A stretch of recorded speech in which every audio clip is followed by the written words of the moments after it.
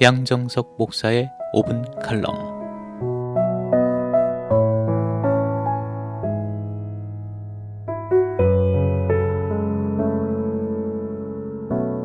미국의 시사주간지 타임지는 2021년 자동차 딜러 왕으로 릭 데실바 주니어를 선정하였습니다.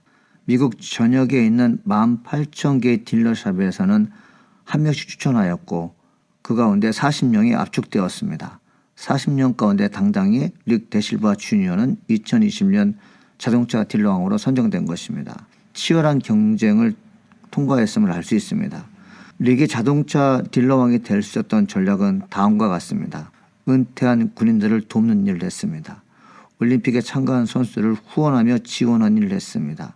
아동 암 환자를 위한 자선 행사를 가졌습니다.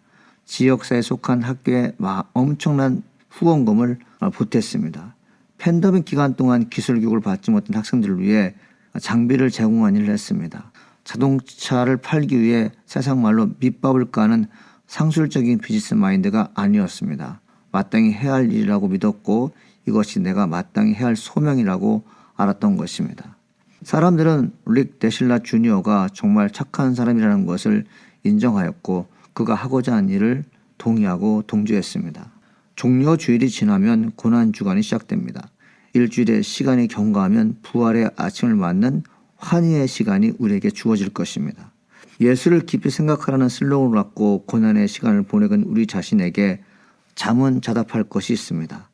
내 목적을 성취하기 위해 밑밥을 까는 상수를 처세술로 삼는지 아니면 정말 하나님 주신 마음을 나누기 위해 살고 있는지 말입니다. 자동차 딜러와 릭을 통해 얻는 교훈은 있습니다. 예수님의 마음을 나누는 일에 정진했을 때 얻어지는 것이 왕이었습니다. 릭은 한 달에 자동차 20대 이상을 팔 수 있었다고 합니다. 그 원인은 상술이 아니라 선하고 아름다운 마음을 나누는 것이 우선순위였습니다. 무화과 나무의 열매는 신상이와 손바닥만한 크기라고 합니다. 팔레스타인 사람들은 그 열매를 타크시라고 부릅니다. 나그네와 가난한 사람들이 먹을 수 있도록 어디에나 심겨져 있습니다. 내가 가지고 있는 아주 작은 물질과 재물을 밑밥 삼아 부를 축적하려 한다면 원하는 것을 얻지 못할 뿐 아니라 갖고 있어도 잃을 수 있습니다. 만일 그리스도인들이 작은 무화과 열매로 가난한 자와 나그네의 배고픔을 해결해 주기 위해 조건 없이 내놓는다면 마음을 얻게 될 것입니다. 예수님께서 이 땅에 오신 목적은 가난한 자와 나그네를 위해서 오셨습니다.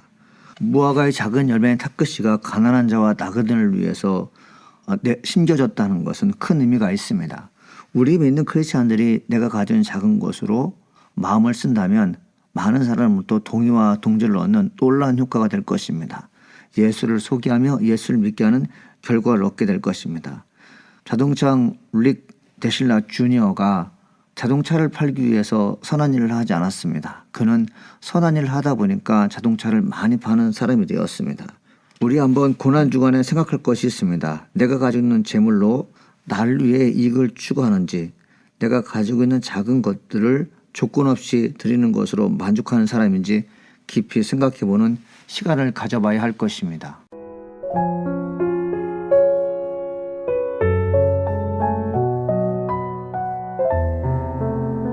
지금까지 양정석 목사의 5분 칼럼이었습니다.